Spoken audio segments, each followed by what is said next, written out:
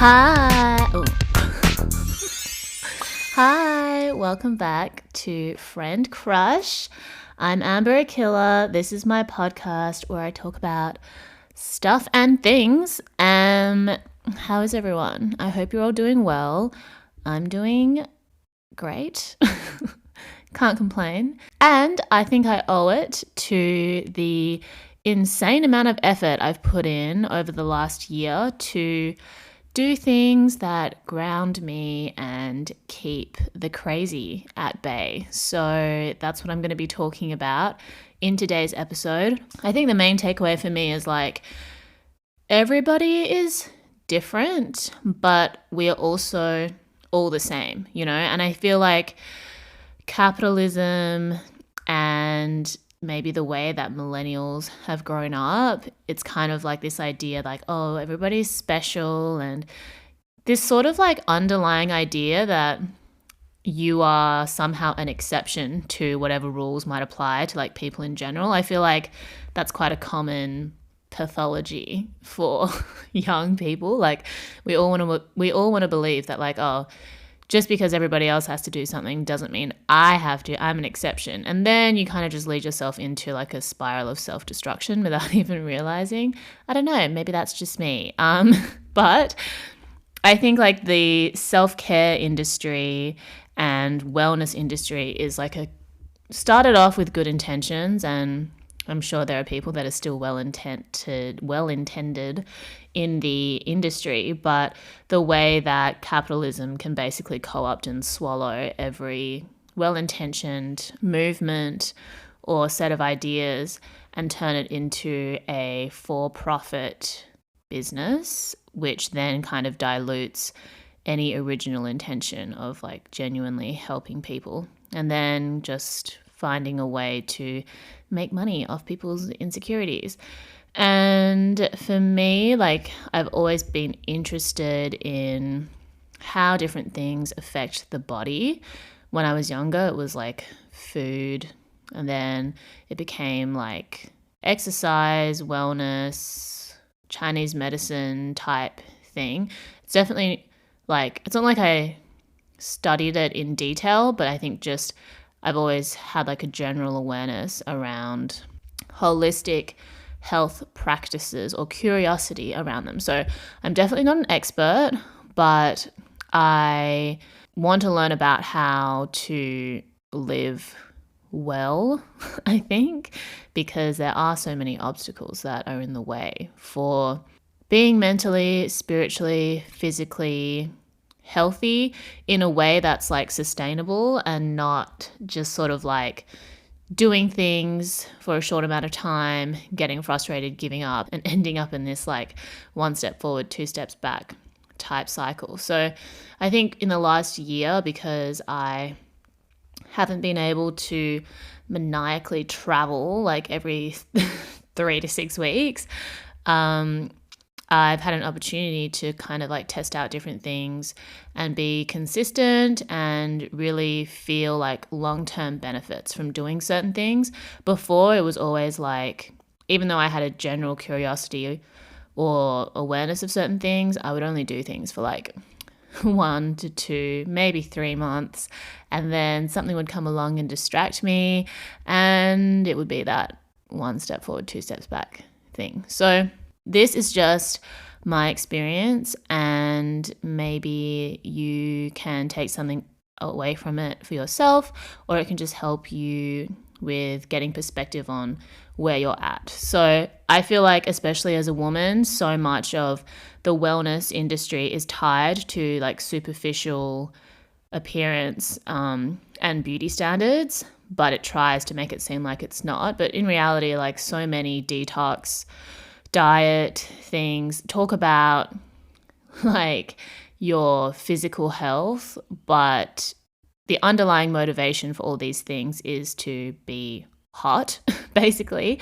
And I don't think there's anything wrong with that, but I feel the way that we justify doing those things, it's kind of self-defeating a lot of the time, and it's not really a sustainable way to live. I always hear about girls who are trying to do fucking juice cleansers. Like there's literally a Wikipedia page. And I mean, okay, sorry, Wikipedia isn't always the most reliable source, but there is a page on Wikipedia that literally says that juice cleansers are a scam. And there are very few people, like out of all the people that I know that have done juice cleansers or attempted to do them, I don't know a single person that was successful in that endeavor. I personally haven't done a juice cleanse because I know it would just be a huge fucking fail, because you're coming from a place where it's like you're so desperate to get your health or the idea of your health back in order that you feel the need to just not eat for 6 days and just drink green water. And like that's going to undo any damage that you've done to your body leading up to that point. And I think this is the most deceiving thing about the wellness industry now, is that the things that sell the best or are the most marketable are things that promise you overnight results or like quick fixes. And in reality, like that is not how the human body works. I feel like so much of modern society, we get so wrapped up in technology and the way that technology can create the illusion of instant gratification or instant turnover. I mean, the way that we use social media, it moves at such a fast pace, the way that content is rolled out, the way that we can take pictures and post them within seconds, all that kind of shit. It really fucks with your brain and makes you feel like, yeah, I could just drink this juice and my body will be healed tomorrow, or I can use this cream and then suddenly my skin is going to be clear. And I just don't think, in my experience, that that is a sustainable way to seek health and wellness long term, in a way that can be like integrated into your actual lifestyle and not just become like a phase that you use to try to band-aid like months of not sleeping properly or months of being stressed and overworked on the fringes of burnout, on the edge of burnout. I think for me, I realized that I would rather take the harder road, or it requires more effort to have systems in place that are part of your lifestyle that help ground you, rather than going 100 miles an hour, getting to burnout, having to take like 2 months off to try to repair yourself, then getting back into a cycle again and having to keep doing that. That's just like not the vibe. I think when you're younger and you just start working out, like career-wise, I think it makes sense to work hard because you're young and to know what your limits are. You know, like when I first started working full-time and DJing, I had worked on a few projects where I really like pushed the edge of burnout, and now I have a better awareness of like what my capacity is, what I need to do, how I can integrate rest into my daily, weekly, monthly life so that I can be more consistent in how I manage my time and energy, rather than like having to pull all-nighters for like a month and then having to sleep for like 12 hours for the next month to recover from what I had just put myself through. And you don't really get given this information like on the regular. You're not really exposed to this sort of information because more often than not, we're looking at things that are offering overnight cures, or like do this for 1 or 2 weeks and suddenly your life will improve tenfold. Like I think that integrating any change into your life, it requires at least 2 to 3 months of consistent effort to really assess like the impact that it has on your body. And you can Google how long it takes to change your subconscious or how long it takes to heal your skin and shit like that. And it takes weeks, or even like how long it takes to see results after starting a new workout plan. Like when I was younger, I would always wanted to find like a quick fix exercise that would like lift my butt or like give me abs in like 2 weeks.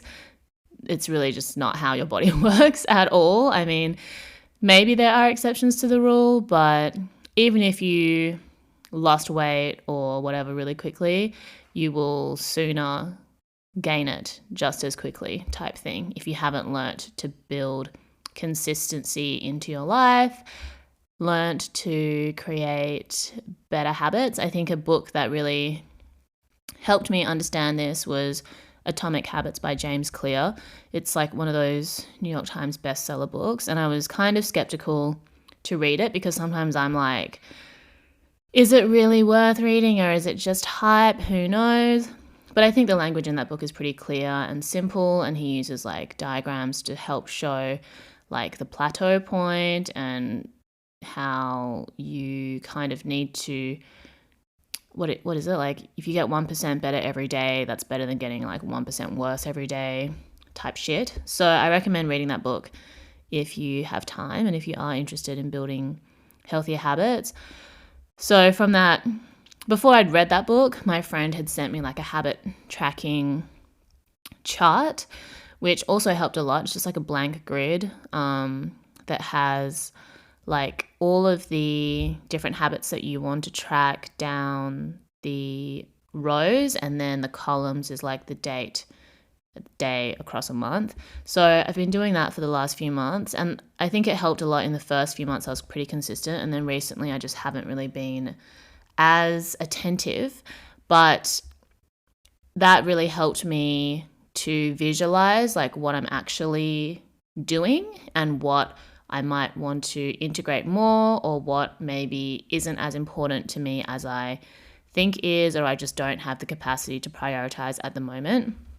And the main things that I do for grounding exercises are journaling, meditation, and some form of physical activity, whether that's walking my dog, yoga, or pole dance class, or dance class, or Pilates. It just depends on like any given month what I feel like doing. And I can do stuff at home, or I can do stuff in classes. One of the things for me that really helps me feel motivated and to understand like what kind of habits I want to integrate to ground myself is thinking about things that I can do that are free or basically cost very little money, because I really do believe that the best things in life are free or can be done at low cost. And that's the problem with the wellness industry. It's like you need to pay $8 to drink a juice when you can just make your own juice at home. Like you just blend your own fucking vegetables and drink a soup. It would be the same and probably better nutritional value, and it would be much cheaper. Or you need to pay like $40 to go to this magical Pilates class that's going to give you abs overnight. Like you don't need to do all that shit. Cut the noise out, cut those marketing messages out, figure out what you can do and integrate into your life regardless of how much money you make, because I don't think like basic things like exercise and meditation need to be gatekept with like a price tag. I think when I first started exercising consistently, because like when I was growing up, I fucking hated exercise. I hate competitive sports, but I did enjoy doing stuff like gymnastics and yoga. And when I was younger, like at uni and stuff, I would kind of do Pilates classes here and there, but it was expensive and I was never consistent enough to see any changes in my body. But I think last year at the beginning of the pandemic, I was doing Chloe Ting like everybody else. Chloe Ting's basically free. I mean, you pay for internet, but you can do her programs on YouTube without having to pay to go to a gym. And I think starting off with those programs where you know what you're supposed to be doing every day, it's already laid out for you and you don't have to pay shit, then it's kind of motivating to give it a go, see how consistent you can be, not really have to think about what you need to do because she's already told you on her program. And I think I did like maybe a month or two of different programs of hers and felt a difference, saw a difference. And then from there, I was like, okay, well, I'm going to try other exercises, doing more yoga stuff, doing pole dance, which obviously I have to pay for. But like, I enjoy it because it's like an exercise that doesn't feel like exercise. So yeah, also finding stuff that you like because so many different things promoted, like going to the gym, F45, all that type of exercise that I don't really enjoy. I was never really able to stick to anything because I was like, it's not fun. Why am I paying to suffer? So I think that's the important part. Like everybody needs to be doing some sort of physical activity. But the type of physical activity that people enjoy is going to be different. And it's so much more important to focus on what you enjoy so that you can do it consistently instead of like finding the trendy thing that's supposed to change your life. Like nothing, there's always going to be another trend. And ultimately the goal is just for you to like move your body so that your blood isn't like stagnating and you can get oxygen pumping in those veins of yours. So even if it's just going for a walk around the block, that's free if you're in a place that's not in lockdown and you're being safe, etc. Just do that, I think, because I do believe mind and body connection. And even though some people want to deny their desire or the necessity for them to exercise, I used to be one of those people. I just feel like it's important to do. And because I went to an all-girls school, I think I've spoken about this before, like so much disordered eating when I was growing up. I think it's almost impossible to go to an all-girls school and not come out with some fucked up relationship with food. I didn't have like a full-blown eating disorder, but I think, you know, your relationship with food changes just by virtue of being in that kind of environment and the beauty standards and pressures that come with being a young woman. And I think exercise used to always be connected to weight loss. And for me, because I'm not like, I have a relatively small frame, I'm not overweight, but it's always like, oh, well, you could be skinnier. But then it's always like, well, how skinny do you need to be? Like, where does it end? It makes no sense to think about exercise in that context because you end up developing such a unhealthy relationship with exercise and with your body. So when I reframed the need to do exercise with my mental health, which is something that is genuinely important to me, like being skinny, you can at any point decide that you don't really care about it or it not being motivation enough for you to do something. I just don't think like attaching to that kind of superficial desire is sustainable. But for me, knowing that doing exercise is good for my mental, spiritual, emotional well-being really is a much better motivator for me. And only after like 2 to 3 months of consistency doing exercise that I actually enjoy and doesn't necessarily feel like exercise has had such a huge impact on my mental health and on my ability to feel like centered and grounded. And it's like integrated into my life in a way that I don't really have to question anymore. Like before I'd be like, oh, I don't want to exercise today. Oh, I can't be bothered. And now I just really try to see how my body feels on any given day. I try to have like, you know, rest days in the week too. I don't put too much pressure on myself when I'm feeling really tired.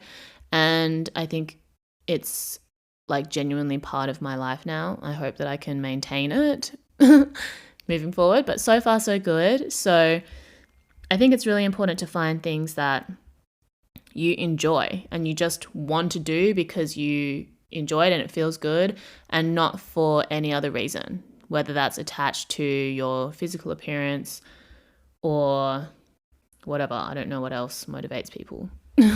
Another huge thing for me has been meditation. I've always been into like the practice of meditation, but not always as consistent as I want to be. And I think the last maybe 6 months or so, 6 to 10 months, I've been pretty consistent, like almost every day in the morning, the first thing I do when I wake up. And it's up to you, like how much you want to do, how long. The practice that I do is supposed to be twice a day for 20 minutes, but I would say that 99.999% of the time I only do one session in the morning. And that for me is enough for now. I think it's already had a huge impact on the way that I can observe thoughts and emotions, and just like not feel so easily swept up in whatever like mental crisis, mental or emotional crisis I'm going through.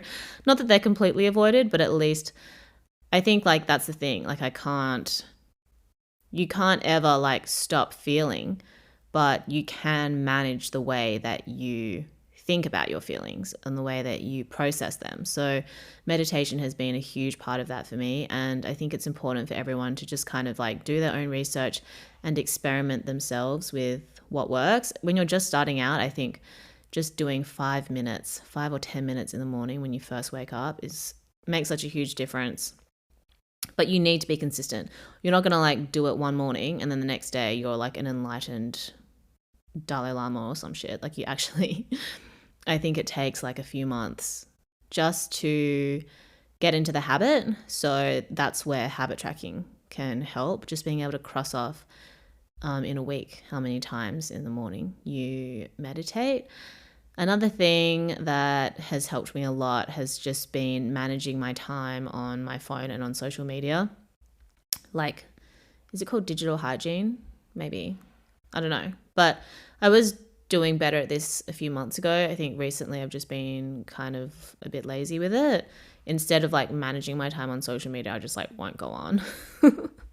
But I think in the morning, don't let social media be the first thing you open, or emails or whatever. Like for me, I just think that you're really not starting your day off on the right foot if you're opening up and looking at social media straight away. It just completely scrambles your brain. And because you have absolutely no control over what you're going to see next, that comes with the nature of like algorithmic scrolling, I think trying to create as much distance between you and your phone for like the first hour of the day is good. I'm not saying that I'm perfect at this, but it is something that I try to do. Also, like before you go to bed, try not to spend every night of the week scrolling on social media before you go to sleep. I mean, for me, when I get too deep on social media in the evening, my dreams are like formatted in social media grids. Like it's fucking weird and I don't like it. So I try to avoid social media late at night. Recently, not been so good at it, but definitely need to get back on that. I think also just like during the day, being able to have my phone out of the room for a few hours at a time just allows me to focus more intently on whatever work I'm trying to do. And if I'm like trying to watch a video or a movie or something, just trying not to have my phone on me and scrolling at the same time. I feel like that also fucks with your attention span. Yeah, I feel like we take the impact that the internet has on us for granted. And at the end of the day, like we can't expect tech companies to give a shit unless we give a shit ourselves. That's how I feel. Because to me, my mental health is important. My ability to do things and focus is important. And I found it so hard to manage those things. Like I'm still trying to figure it out. But I can't rely on Facebook to care about me having an attention span when it's in their best interest to constantly disrupt it for advertising money. So I think that it can be radical to be offline sometimes. Not feeling like you have to share and document every moment of your life. I think now it's like if you can do something without having to post up for the gram, that means you really enjoyed it. So yeah, digital hygiene. What else have I done that's helped manage my mind? Yeah, I guess like just general physical health, like eating well, drinking a lot of water, and just reminding myself that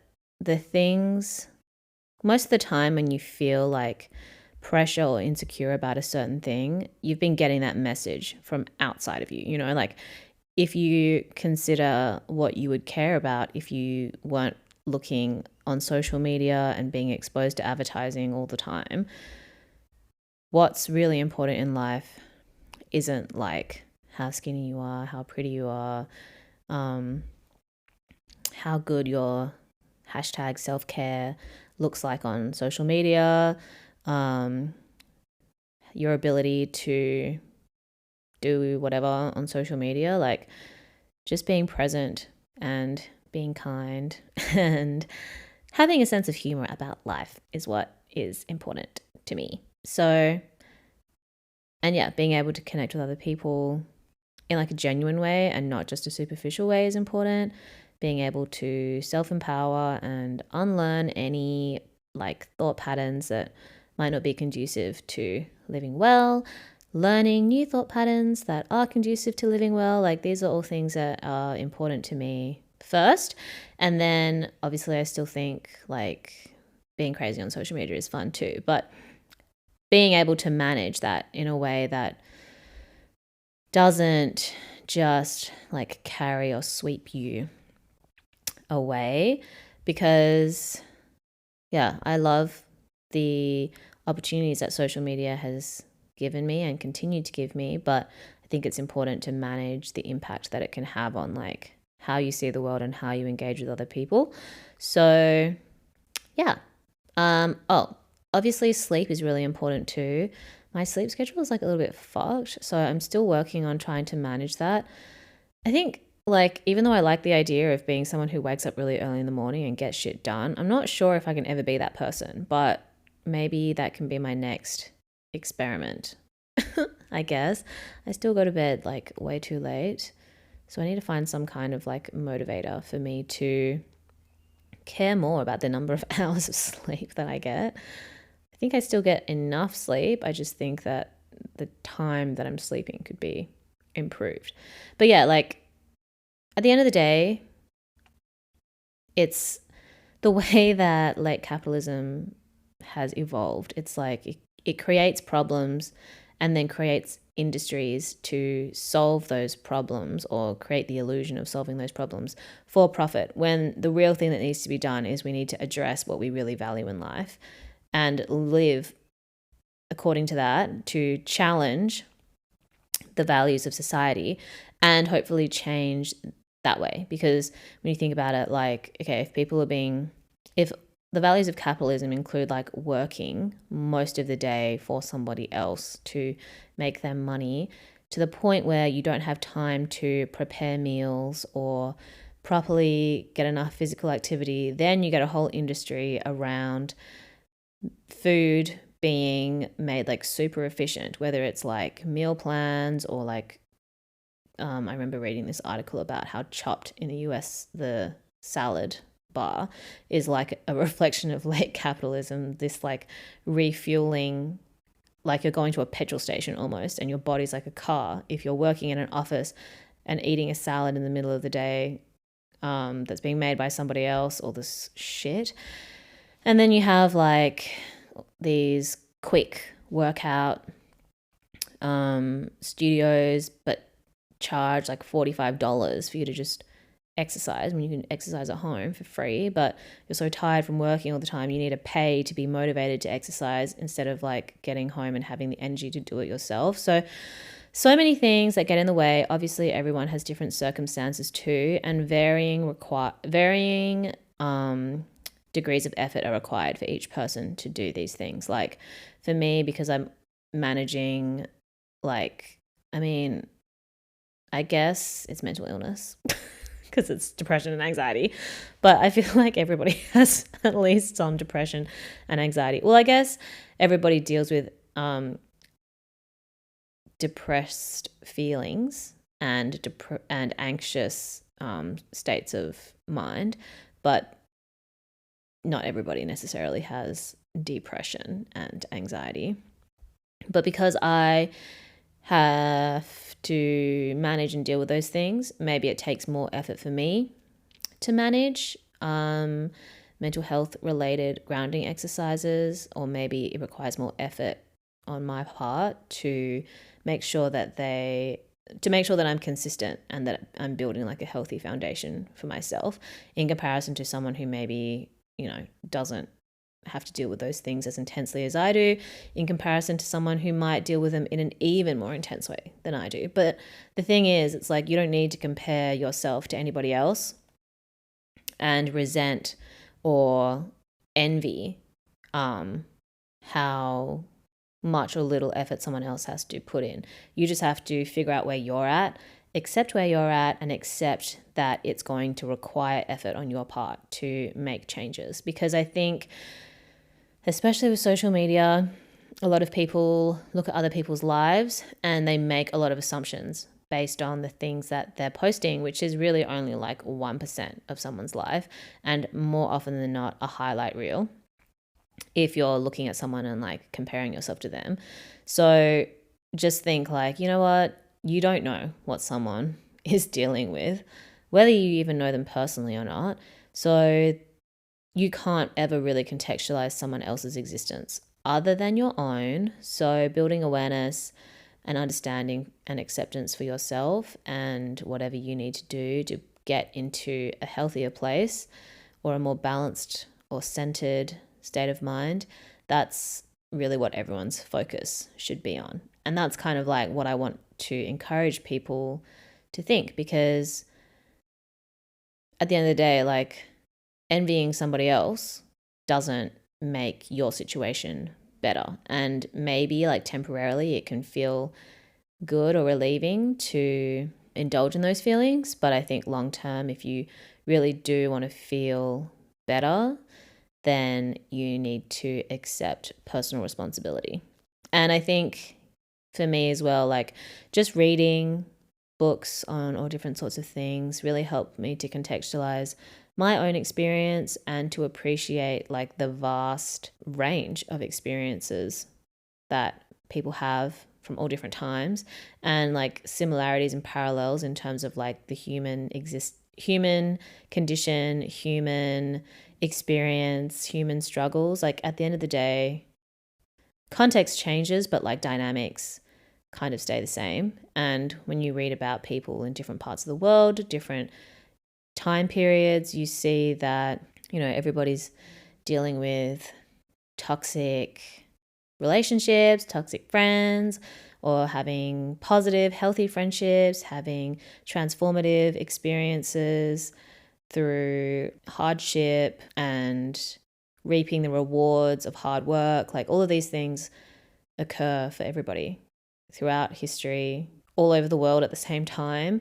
So yeah, I think sometimes we get caught up in wanting to be an exception to a rule, wanting some kind of shortcut. But in my experience, the best things that you can do for your mental and physical health come from consistent effort over an extended period of time, living with intention, increasing and working on self-awareness, learning to observe your thoughts and feelings. Like all of these things are personal responsibility that are innate in us, not something that you can buy from a service or a product.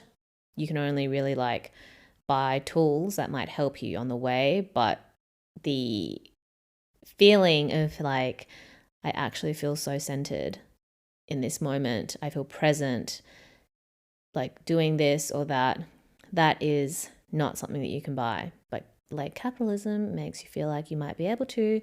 Maybe if I just buy this yoga mat, I'll feel enlightened. Maybe if I start doing this workout routine that costs $125 a week, I will suddenly reach new pinnacles of success. But that's just marketing, honey.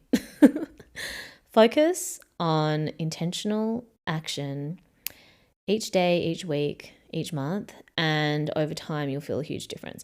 And that's the thing, like it's so subtle. Like think about when you scratch a part of your body or something and the way that your wound heals over time. You don't always feel it healing, but one day you look down and your wound has turned into a scab, your scab turns into a scar, and the scar starts to fade. That's kind of what it's like. You know, you're working with that body. So be patient with yourself. I think that was one of the things that was really difficult for me to grasp previously. Like, why can't I just have it now? Why can't I just have abs now? Why can't I just be not emotionally unhinged now? But it takes time and effort. So I just want to encourage you to embrace that journey instead of allowing yourself to get frustrated, and instead of feeling like you have to buy something or you have to have more money in order to do those things. Like those are the things that you do to build a healthy foundation so that your ability to manage your work get better. Because like I said in the last episode, like there's always going to be some shit that you have to deal with. That doesn't change, but your ability to manage them gets better with experience and wisdom. So for me, like, I don't think, even though I would like to believe after each mental breakdown or emotional spiral that I'm never going to have to deal with one again, it is pretty much inevitable that it's going to come up somehow. But my ability to manage them has become so much better with each one. And I think journaling has made a huge difference. I was reading the book and doing some of the exercises from The Artist's Way. And one of the exercises is morning pages. So like in the morning, you just brain dump like 2 pages of writing. And at first I was so like, what the fuck is this? This is so boring.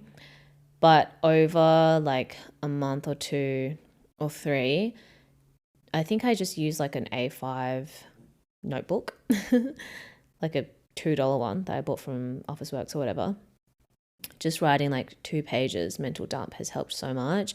And then there's like all different sorts of writing exercises that you can do. I was also reading Nathaniel Branden's The 6 Pillars of Self-Esteem, a life-changing book, because it really told me the things that I kind of like innately understood but hadn't ever really structured the way that he does. And there's a lot of like prompts in that book that can help you just sort of better understand your brain, clear things up, give you clarity, organize things, and yeah, kind of give you more perspective on the sorts of thought patterns that you have or the thoughts of mental blocks that you might have. And before, I felt like journaling, I don't know, it's been promoted as like, oh, I need to have a fancy journal with a fancy pen and I need to sit in some like candlelit room in order to write in it. No, just make everything as simple and as cheap as you possibly can. And then I feel like you really value those practices. Again, late capitalism makes you feel like, oh, you need to spend extra to make the experience premium in order to be worthy or in order for it to be valuable or to have value. But I think for me personally, being able to just like set aside all that marketing, image crafting bullshit and do like basics means that I know no matter what, I can do these practices to feel grounded without feeling the pressure of like needing to make it somehow performative by having a fancy pen or having the latest workout clothes or whatever. Like doing things low budget and making it as simple as you can is going to, well, for me, it's allowed me to appreciate them so much more. Like you don't need to buy a $40 journal. You can just use, honestly, scrap pieces of paper if you want to, or just buy like a cheap little exercise book from the newsagent. And you don't need the fanciest workout gear. You can buy, cheap whatever, as long as it's comfy. And then when you've been more consistent, you can start to invest more if you want to. Like when I was doing Chloe Ting, it was just wearing whatever random shorts I had at home, just trying to work out, whenever I could. And then as I felt stronger or felt results, then I was able to be like, okay, now I want to invest in doing an exercise that I find fun, I can do in a group. So I did pole dancing. And then once I got better at pole dancing, I was like, okay, now I can like invest in buying fun shoes to dance in.